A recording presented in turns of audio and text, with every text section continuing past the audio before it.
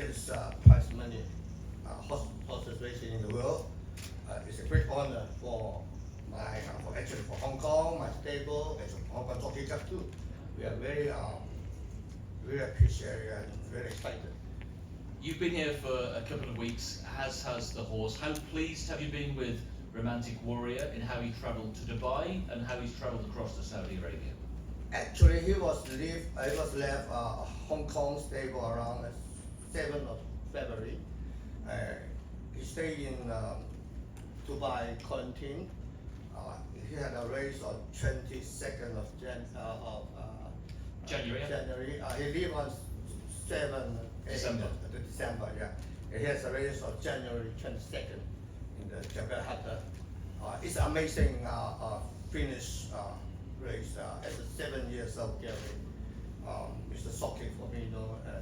I'm pretty sad for measured time, but you know, you can see the last one, the jockey, James McDonald with Romantic Warrior. They really trust each other. James is waiting for the pace. The Romantic Warrior is waiting for James. When it goes, they hit the line strong. It's an amazing run. Yeah.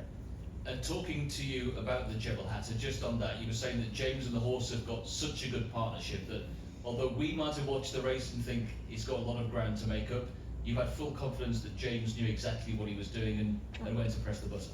Yeah, because I know James loved Romantic Warrior, and Romantic Warrior loved me, also loved James. So I'm very confident for they are really polished.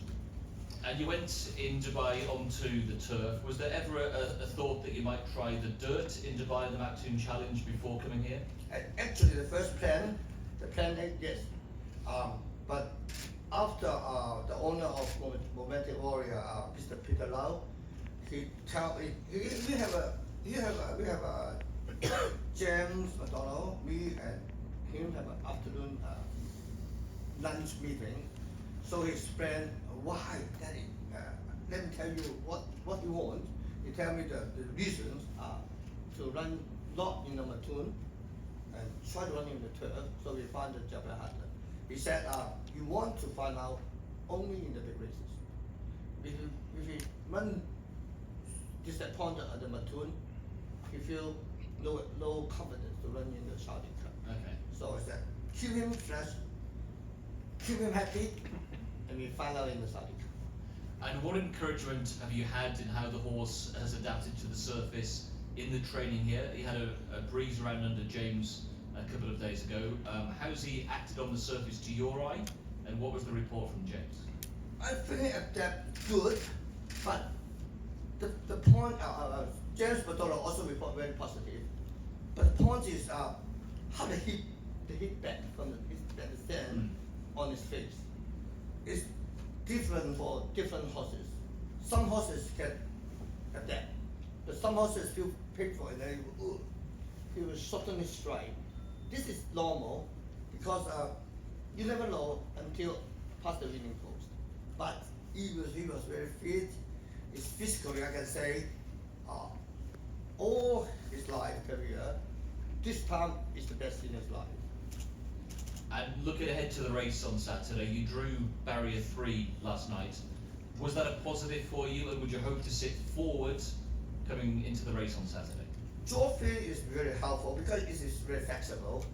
You know, Romantic Warrior get some natural speed, and I studied the last 5 years Saudi Cup the pacing.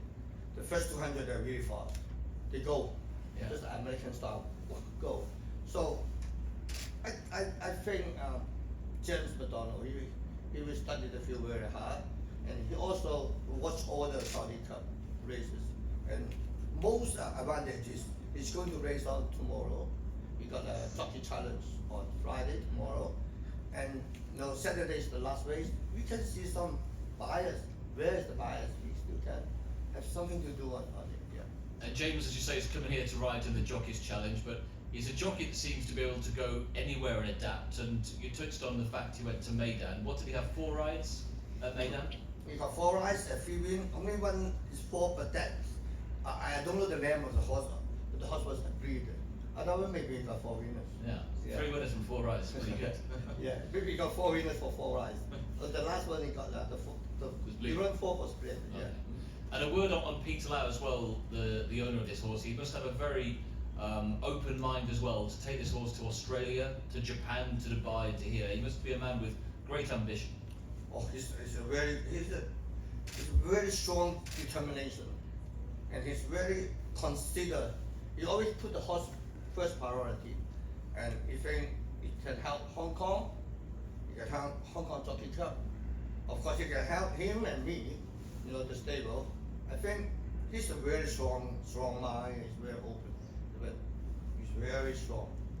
And you've put a lot of effort into coming out here. I think you flew out here early in the year to have a look at the dirt surface. What were your first impressions of coming out to Saudi Arabia and looking at the track?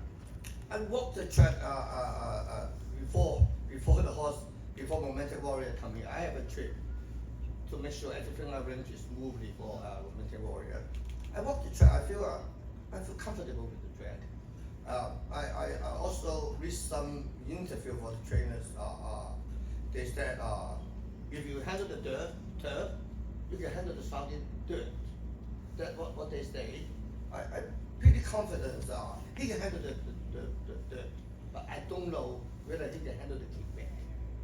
Okay, and the dirt here you think is more suitable for him than Dubai, because you've talked about going back onto the turf for the Dubai World Cup.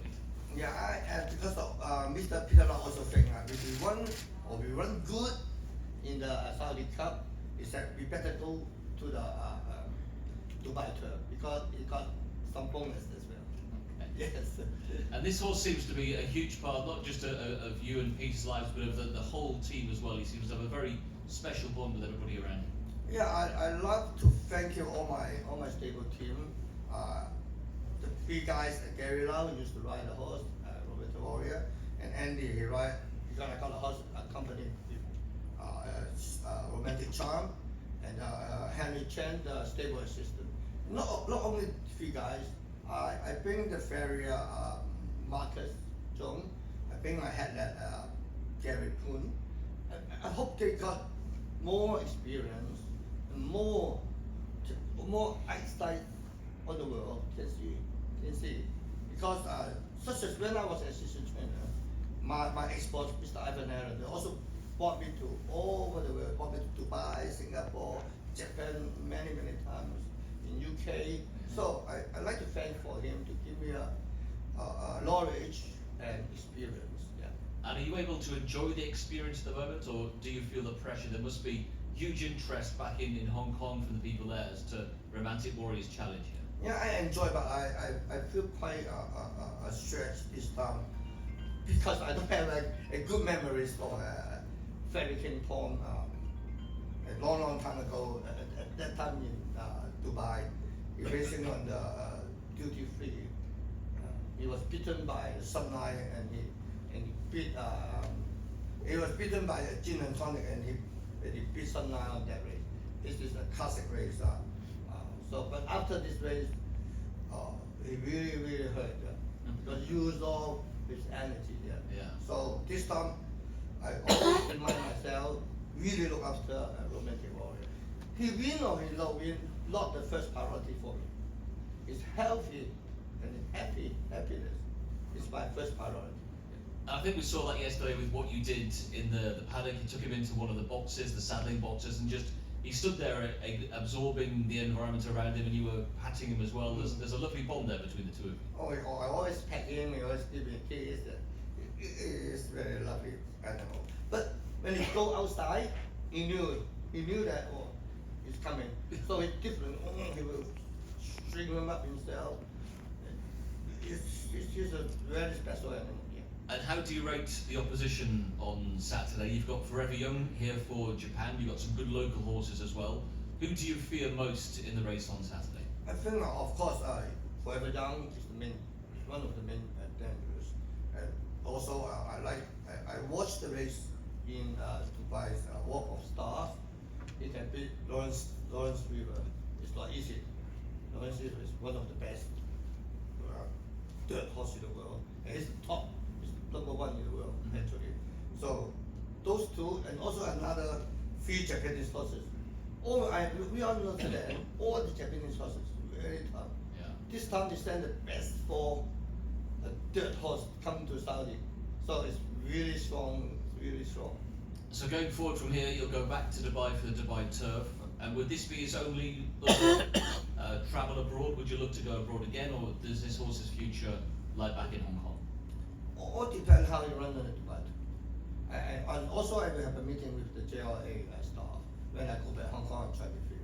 I have a meeting with them 27 to talk about how many chances, what's the chances from Dubai straight to Tokyo race course. Then if he can let me do that, maybe I will consider about the Yoshida Cameron. Okay. Yeah, on June. In June, okay. And finally, Danny, for you to come here representing Hong Kong with this horse for Peter and for James, what would it mean to win on Saturday, to win a Saudi Cup for Danny Show? What would that mean to you? It's a dream. If you win, it will be a dream. Yeah, I am really happy of it. But I try to win it for you. Okay, well, it's great to see you here, Danny. I'm sure everyone wishes you all the best on Saturday. Give him a warm hand, ladies and gentlemen, Danny Show. Oh, thank you. Thank you.